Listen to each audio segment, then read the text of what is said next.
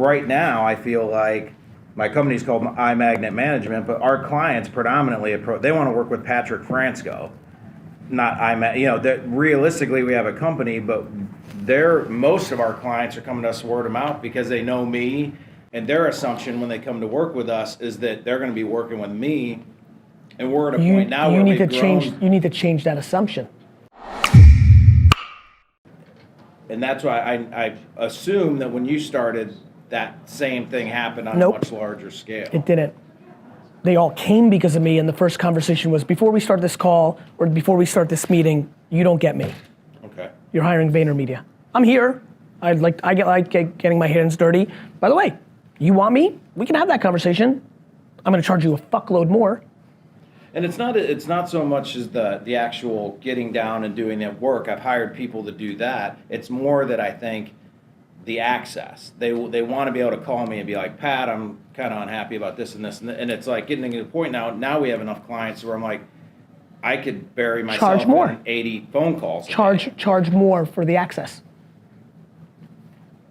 Okay. The 81st person that comes in, you say you're buying the company, not me. By the way, a lot of our clients came in for access with me. For an additional $2,000 a month, you have a bat phone to me. Okay. When anytime somebody hits more demand than they can supply, it's time to raise their price. And you would do that as a separate...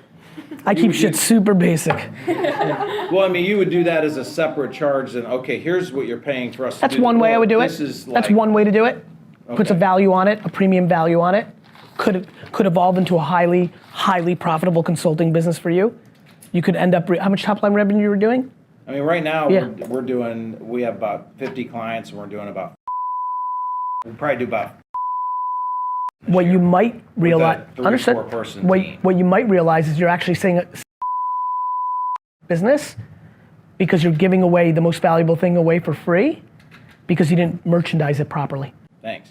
Yeah, I get it, man. Like, it's funny, like, I think about a lot of things, obviously, and like, I've basically been in business now for 20 years and basically run the business I've been in for 20 straight years, liquor store to VaynerMedia, and have grown big businesses fast.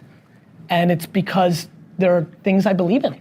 And I think a lot of it has to do with upfront expectations, over communication, a lot of things like that. It's very, I prefer for you to hit me up in like 3 months and be like, bro, I thought it was great advice, it sucks. I'm like, what happened? Well, everyone said no. I'd be like, yeah, but that's good. And you'd be like, why? And I'd be like, well, because you'd be depressed. Because in the way you're doing it now is gonna really fuck up your shit. Mm-hmm. People don't see that. People don't see the alternative. Yeah. I have a very funny feeling it's not how it's gonna play out. I think it's because you haven't merchandised it properly. You gotta create a bigger premium of your time. Thanks. One of the things that really worked for me without realizing it was people would reach out to CAA and try to have me speak at an offsite, and it would be like $150,000, and then they would reach out to VaynerMedia and try to do work with us, and they realized they could get a speech to the team for me along by signing a $580,000 scope, and like, oh, that amortized out nice.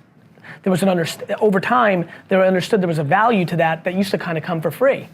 You're in a micro version of that if it's so tied into you. You gotta establish its value.